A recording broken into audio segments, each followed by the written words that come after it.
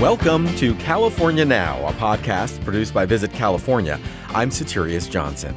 This episode, something a little different. You'll hear our very first live show recorded in front of an audience at Outlook Forum in San Diego.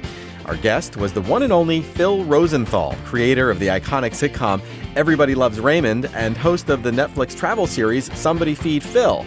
We talked about the importance of travel, why food is the focal point of his show, and some of the best places to explore in the Golden State.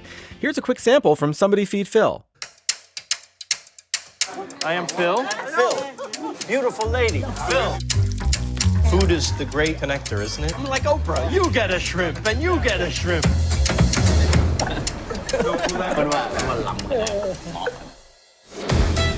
I find a new place, see what everybody's eating, and sometimes miracles happen. And now my live conversation with Phil Rosenthal. So Phil, welcome to the first ever recording of California Now in front of a live audience. Wow. Hi, audience. Hey, very nice audience. So I wish the radio people could see how beautiful these people are.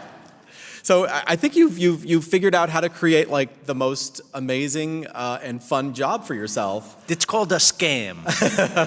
You figured it out. I've worked it, yes. So I want to start with like the origin story of your Netflix show, Somebody Feed Like Phil. a superhero origin story? Were you bitten by a radioactive spider? Or avocado, yes. How do you describe the show to people who've never seen it?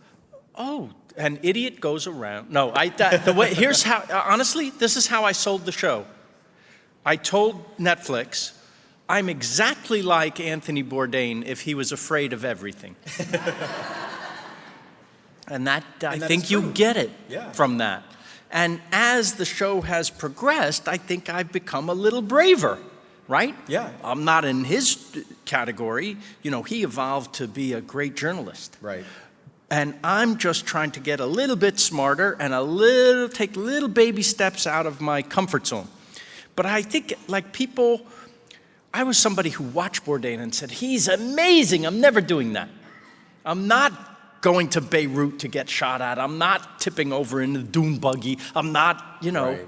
He's a real adventurer and he has skills. He was a great chef and, author on top of everything else. And I thought there were a lot of people like me watching and not doing. Right. So I thought I could represent the people watching. And I think you hit it, because I think most of us don't want to go to Beirut and get shot at, and don't want to go, deep sea diving to get your muscles or whatever. If you're going on vacation, you want to be comfortable a little bit. Right. But you also want to explore new things too. So you yes. don't. Yeah. And I will explore new things as long as I have a hotel with a pillow and a bed. Right? I like to travel that way. That's not a lot to ask for, right? It's not. I rode a camel recently, and I can tell you don't need to do that. Been there, done that. That's a terrible form of transportation. It's What's your goal of the show? The goal is to get you to travel. Mm-hmm. That's it. Yeah. Because I think the world would be better if we all would experience a tiny bit of someone else's experience. That's what I've learned. There's no more mind-expanding thing we could do in life than travel, right? It changes your perspective. You walk down the street in Paris and you're like, oh my God, this is gorgeous. Look at these trees. And then when you go back to your town, you are changed, and you go, look at the tree on my block. We have nice trees too. That's an oversimplification, but it's true. You come back with an appreciation of not just the world, but of your world. So I'm trying to get you to go. The world would be better. And to eat, I think, is a major factor. Well, right? I'm using that. Right. This love of food that I don't think I'm alone in, right? As a way to get you in. And whatever stupid sense of humor I have is just another way to butter the bread, But the bread is the travel and the connections you make and the people you meet. This is the best part, always, the friends you make. What do you think it is about food that is such a great way to connect with a culture? I call it the great connector, because we all got to eat. If you and I, 10,000 years ago, killed a buffalo, good luck to us, by the way, really. Look at us. We would share it and eat it. And that's how we became friends or family or whatever we would become. Right. This is a communal experience. I don't care who you are. You go around the world and you visit people. Do you know that sometimes the bright spot in their day, the only bright spot in a life of real hardship and hard work, is the meal, is the food, the break. And don't you know, some of the most delicious recipes in the world come from people who have nothing and have figured out how to make that break the best thing it can be, not just for them, but for their family, or sometimes, many times, for their livelihood. They're selling that chicken rice. Very simple thing, but they make it better than anybody. Right. And just as you say, the act of breaking bread with someone is it's a very intimate and a very it lends itself to just kind of that common experience that connects you on a certain level that you almost don't on a daily basis with other people that you see normally you work with or you see on your commute or you see at the store. It's a common action that you're doing together that really forms a bond. And we can count the universal truths about human beings, things that every single person does. Right? That's one of the big ones. Mm-hmm. So when you're planning a new episode of the show, Somebody Feed Phil, what target audience do you have in mind? Like, who do you imagine sitting on a couch, watching the show? It's a great question, because you would think there would be a target audience. And the target audience for anything, and this applies to when you're making a sitcom or a drama or anything else, I think if you try to hit everybody, you're going to miss everybody, because then you're going to write kind of non-specifically. And I find that what connects us are our specifics. So what do I write? I write what's specific to my experience. So in other words, I have to think it's good. Right? And then my immediate family of the people who make the show with me have to think it's good. That's our audience. Right. And if you talk to the people who made anything, like Looney Tunes cartoons in the 40s, they didn't know who the audience. They said these short cartoons, they weren't made for children. They were made to be in front of all movies in the movie theater. So that audience was everyone. So well, we don't know what to do. Well, what if we made ourselves laugh? And that's what they did. Right. Now, I did not intend for a big part of our audience to be families watching with their kids, but just because my sensibility is somewhat inclusive and not, I don't try to get what I think are cheap laughs by being vulgar, or there'll be inferences of things that I can raise an eyebrow, and I think we all know what I'm talking about, and we did that on Raymond as well. But it's why that show you can watch with your kids and your grandparents and be okay. It's not because we're trying to be squeaky clean or anything. We just think it's smarter to not be so blunt. Right. And don't you know you stand out when you do that, because everything else is vulgar and terrible? That's true. And there's a lot of cleverness that goes into trying to say it without saying it. Saying it without saying it. That's just good writing, exactly. right? Yeah. And I don't mean everything is vulgar and terrible, just the news. So Netflix, which the show is distributed through Netflix. I like them. Yeah, I mean, they've been a huge player in the entertainment world. So what's it been like working with them? They're very nice. They let me live my dream. What I'm not going to sit here and complain about Netflix. I could, if I thought about it, I could complain, but it wouldn't do me any good, and they're probably listening. No, I love having this great opportunity. Here's what you do. You make your shows, like make 5 shows, let's say, and you give it to them, and they push a button, and you're on in 190 countries at the same exact moment. It's incredible. This has never been on the earth before, this technology.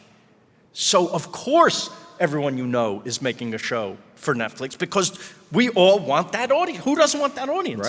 Right? And so everywhere I go now, I have this beautiful calling card of the show, which is kind of just trying to be nice and put yourself out there and appeal to people. And so I'm welcome. So my life is good. So when you go around the world, you find people recognize you from the show. It's so nice. Everywhere. Yes. That's amazing. I was a writer that nobody liked. One of my favorite aspects of the show is the beautiful cinematography. That is great. So whether that has nothing to do with me. But they are. I'm the worst looking thing on the show, actually. But these guys are pros, and a lot of them worked with Mr. Bourdain. Yeah, oh, really? I have the same production company. When we first did the show for PBS, it was called I'll Have What Phil's Having, and we did 6 episodes for them before Netflix picked us up. And they asked me, what production company would you like to use? And I said, what about Mr. Bourdain's production company? They said, okay. That's great. And they had to want to work with me. Right, of course. So that was good, but yes. But everything looks amazing. I mean, it's shot in probably 4K, I'm guessing. 4K. You know what 4K is? You know what 2K is, right? It's twice as much. This is twice the K. I mean, it makes the show really pop. I mean, in addition to just like, the travels that you bring us along, just, watching the vistas and everything that you go, I mean, it's just stunning. You gotta make it nice for the people. So what have you learned personally about yourself and about the world through all the travel you've done? I really mean it, that the more you get out there, the more you want to get out there, and the less afraid you are to get out there. Yeah. Right? Yeah. Listen, something bad could happen at any moment. The world is a scary place at the moment, and God knows what's going to happen. And I have 2 kids, 22 and 25 years old, and I tell them this: we don't know what's going to happen. I can't tell you that the news is fantastic and you have the brightest future. I want them to have the brightest future. I work hard so that they do, but I can't guarantee it. None of us can. Right. So be happy. Do what makes you happy. There's no more, if you're not a doctor, you won't be, successful. That's all out the window now because we don't know the future. Right. Do what makes you happy today. That is, and as far as travel is concerned, you're never going to be as young as you are right now. So while your legs work, right? Right. Go do that hike, right? Go see the world. So that's my spiel. Get out while you can. It's a great notion. I mean, why wait? You don't know what tomorrow will bring, so exactly enjoy right. it now. Exactly. Yes, and I'm so grateful that, on a lot of these trips, I took my parents, and we were together, and we had this wonderful experience, and, my mom's not here anymore, and yet I don't have regrets because we did so much together, and we had these beautiful trips, and I went with my kids. I'm sorry to hear about your mom. I didn't know that. Oh, so yeah. I'm Well, sorry. things happen. She was 86, and she had ALS, which I advise you not to get. But listen, again, no regrets. But my dad is 90. He's going to be 94. Wow, that's great. And he's doing great. That's great. Well, I wanted to talk about your parents because they're on the a big show, part of the show. They're the stars. I love the aspect of the show where you FaceTime with them and you talk to them. It's always hilarious. Thanks. Where did that idea come from? I did a movie. The Russians invited me to turn my sitcom into Everybody Loves Kostya in Russia. They invited me to come and help them. And I said I would do it if I could film the whole process, because I thought it would be interesting. And it was interesting, and it was very funny. And it's called Exporting Raymond. I think you can download it if you haven't seen it already. Exporting Raymond. And in it, quite by accident, I was sitting with a Russian family for dinner, and I was talking to them, and I was talking to the grandparents who told me that they were very adept at using the computer. I said, well, that's completely different from my parents. And they said, well, we know how to do everything. I said, you can Skype? And they said, yeah, let's Skype with my parents. Oh, that's funny. So the first scene I ever did was in that movie, just by chance. And of course, that's the best scene in that movie. And I'm not stupid, I remember. Yeah. So, and then I thought, if I'm doing this travel show, I think the Skyping home is the modern day equivalent of a postcard. Right. Right? You could even say on your phone, look where I am. Right? And here I'm checking in with you. But it's instantaneous. Yeah. You don't have to wait 2 weeks for the card to come. Right? It's brilliant. So that's it. Yeah. No, it's such a great, everybody knows, how they try to deal with their parents and teach them Skyping or FaceTiming, and it's just it's very relatable, and they're just so charming, and they're wonderful. Thank you. My dad still does it. He's got a joke for me every time I call. It's a joke. Now, I don't want you to take this the wrong way. But nothing good ever comes. Yeah. Well. But one of the things I love most about Somebody Feed Phil is how ordinary and approachable everything is. I mean, you're not doing the ultra cool, high concept things like you were talking about, like Anthony Bourdain did.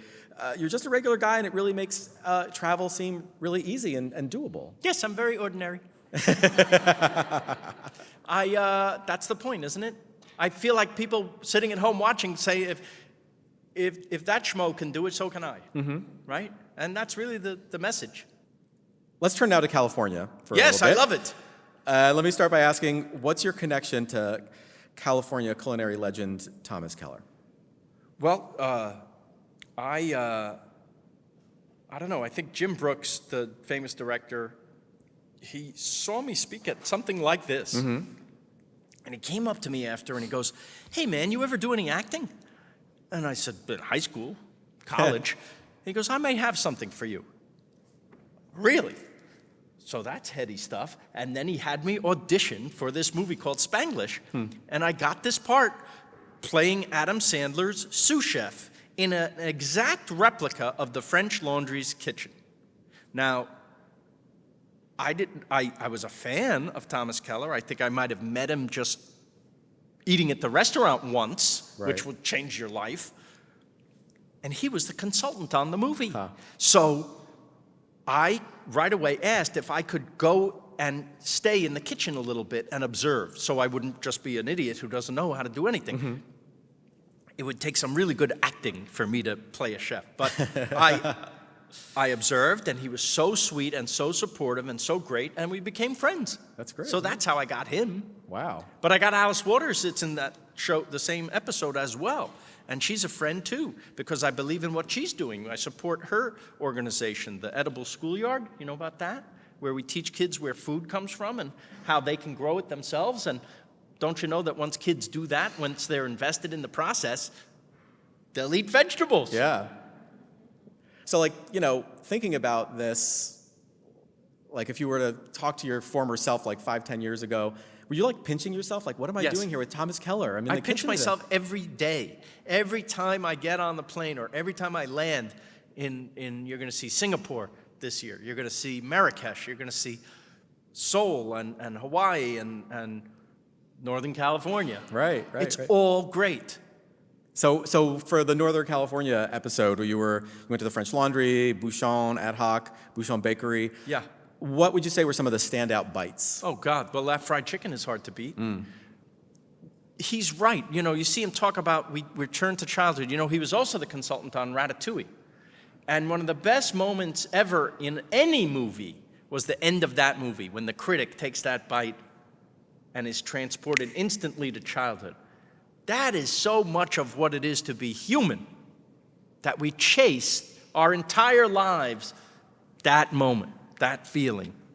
When you have a bite of very simple slice of pizza, hot dog, hamburger, and it transports you, if it reminds you or smells like that shack on the beach where you got that burger that summer, that's everything. Yeah. Right? So we chase that in every experience. You know, if you talk to people who are in show business, it all goes back to seeing their name when they were cast in the show and the sheet went up of who got the part. Same like sports. They put up the list. You were not cut. You made the team. That moment, these people chase that moment the rest of their lives because nothing feels as good. The first time you were paid to do something. Yeah. I made it. Yeah. It doesn't matter if it was for $5. It doesn't matter. It's that validation. Right. So that's a simple thing. And that sensory feeling, I mean, Yes. you know, that ignites it. Yes. That, as you say, transports you to Yes. that spot. And so you're saying we're constantly trying to get back there. Transport's travel. Yeah. It's another form of time travel, right? So where else did you go during the California episode? And what were some of the highlights? Well, we focused, I did an episode on Southern California when I did I'll Have What Phil's Having. I did LA, and that was really fun. And my point about LA was that if you can't travel the world, you may as well live in LA because the world is here. Right. We have so much diversity. The biggest populations of people outside of their native homelands are in and around Los Angeles. Yeah. Right? So what has your travel show experience now taught you about your own backyard? You live in LA, right? I'll tell you what's fun. You go to Seoul and you eat foods that you never had before, and they're so phenomenal, and you go on your phone, and I happen to live next to Koreatown, which is the second largest population of Korean people on the earth outside of Korea. Right. Oh, they have tteokbokki. 2 blocks from me. Who knew, right? Yes. You didn't even know to look for it. And now I go. Right. Isn't that great? That's amazing. Yeah, so what are some of your favorite places around LA? Like if I were visiting from out of town, where might you steer me, just in general? Oh my God. What do you like? Give me something you like. I'll tell you where to go. I like beaches. I like science. I like food. I like Vietnamese. We'll talk about food later. Let's talk about non-food stuff. Oh, okay. Yeah. So beaches. I got nothing. You got nothing, right? Exactly. Well, beaches. I like art. Yeah. Well, the LACMA is pretty great, and the new Broad is pretty great, and you saw, if you watched the Oscars last night, they're going to open the first museum of the Academy. Right. I mean, it's been 100 years of movies, and this museum didn't exist. How could that be? You'd have to go to the Smithsonian to Right. see 3 little things. Right. Dorothy's shoes, and that's it. But now, the stuff you're going to see, I think it's going to be one of the biggest tourist destinations in the world. I'm sure, yeah. Because who doesn't like movies? Exactly. So there's that, and beaches. Do I have to sell you on the beaches in like Santa Monica? What are some of your Malibu? favorites? Malibu is Malibu. nice, right? It's beautiful. The whole coastline is gorgeous, right? I actually think, the further north you go, the more magical it becomes because you get less and less civilized, right? Like when you hit Big Sur, this Right. is it? This is the whole place? Yeah, Yep. it seems to be enough. Yeah, less developed and Less just- developed, Yeah, it's gorgeous. It's spectacular. It It's is. as spectacular as anywhere on earth. Really. Yeah. You just can't believe where you are. But that whole drive is magical to me. Going up the Pacific Coast Highway. Yes, Yeah. yes. But even like you go to Palm Springs and you take that Palms to Pines highway, and suddenly it's 30 or 40 degrees colder, and then there's snow on Right. it. Yeah. Phenomenal. Yeah. All right, let's talk about restaurants now. Okay. What are some of your favorite restaurants in the Los Angeles area? What would you recommend? Well, I invest in restaurants Oh, I too. didn't know that. So I put my money where my mouth is, literally. And I invest because I'm not really very smart. And it's not a wise investment, but I do it because I support the arts. And that's one of the arts. So we support arts education in school and the orchestra and the dance and the theater. And this is, to me, your sense of taste is no less than your sense of sight or sound. So that's why I do it. So I'm going to name some places. Some I'm involved with, but that's not why I'm mentioning them. Right. I became involved with them because I love the food. That's my number one criteria. That's great. Would I like to eat here? Right, That's why I do it. So there's Republique and Mozza, and you've heard of these? I've heard of Republique, yeah. You haven't heard of Mozza? I don't think Mozza's probably like a landmark, maybe the landmark, Nancy Silverton, cornerstone of the modern California Italian thing. Right. I mean, that's like ground zero restaurants. So what would I have to in get LA? there? What would I have to get there? Well, there's Pizzeria Mozza, and you'd have the best pizza in LA. There's Osteria Mozza, you'd probably get the best pasta you ever had. And then next door is Kiespacca, which is like a Tuscan grill with steaks this thick, everything wood fire. You guys have heard of this place, right? Look, they know. Yeah, we got you a lot of gotta Californians come. in the crowd. I'll Yeah. take you. Okay, that sounds great. I'm on my way. So there's that. There's a fried chicken sandwich thing that, everybody's talking about Popeyes versus Chick-fil-A. They haven't had Howlin' Ray's. Have you heard of this? This is the best chicken sandwich. I'm going to say best chicken sandwich I've ever had, maybe the best chicken of any kind I've had, and maybe the best sandwich of any kind I've ever had. I love how you go high and you also go to the sandwich, which is great because you can get all of that in LA. I mean, you can get excellent. Yes. I could show you diners that Yeah. are my favorite. Tell me about one. 11 City Diner. It came from Chicago, and now it's in LA, and it's fantastic. It's this great kind of idealized deli diner food place that is kind of Art Deco, and it's right down the street from me, and I would say I eat there more than anywhere else. What's your Because favorite? it's easy. I don't want need Thomas Keller every night, right? Right.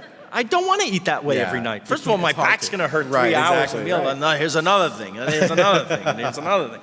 I just want, sometimes you just want a turkey sandwich. So what's next for somebody feed Phil? I mean, the new season hits pretty soon. All I want to do is keep going. Yeah.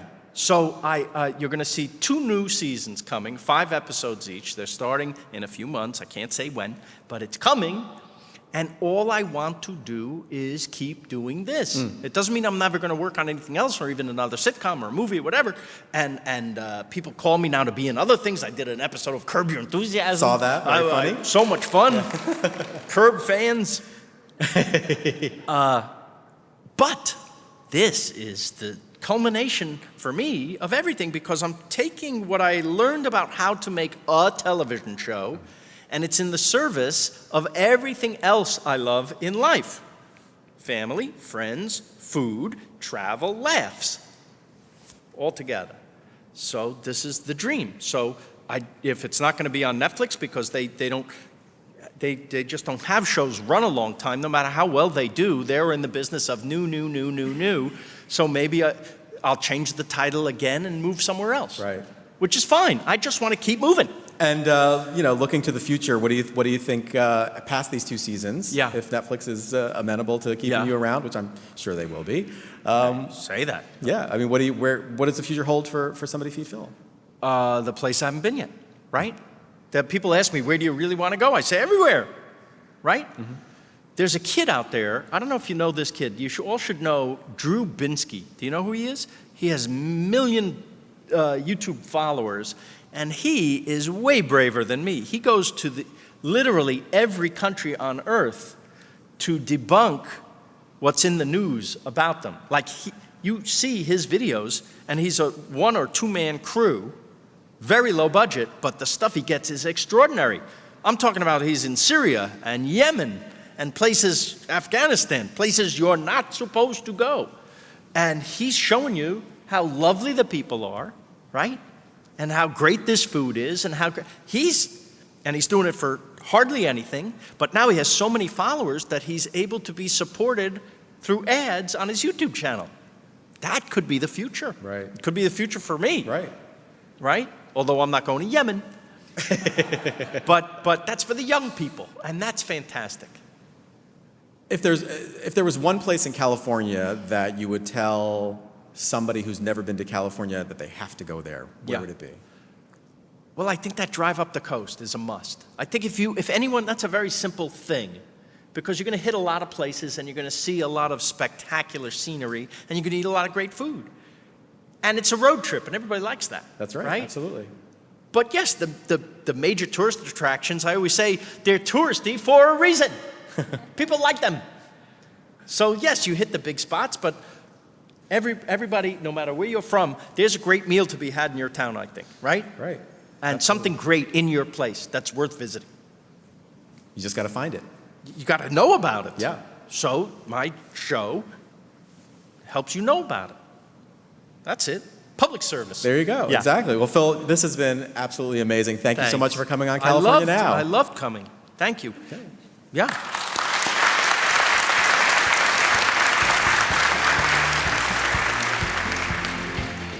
Phil Rosenthal's new series on Netflix is called Somebody Feed Phil.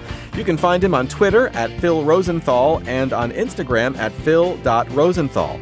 We'll have links and more on our website, visitcalifornia.com/podcast.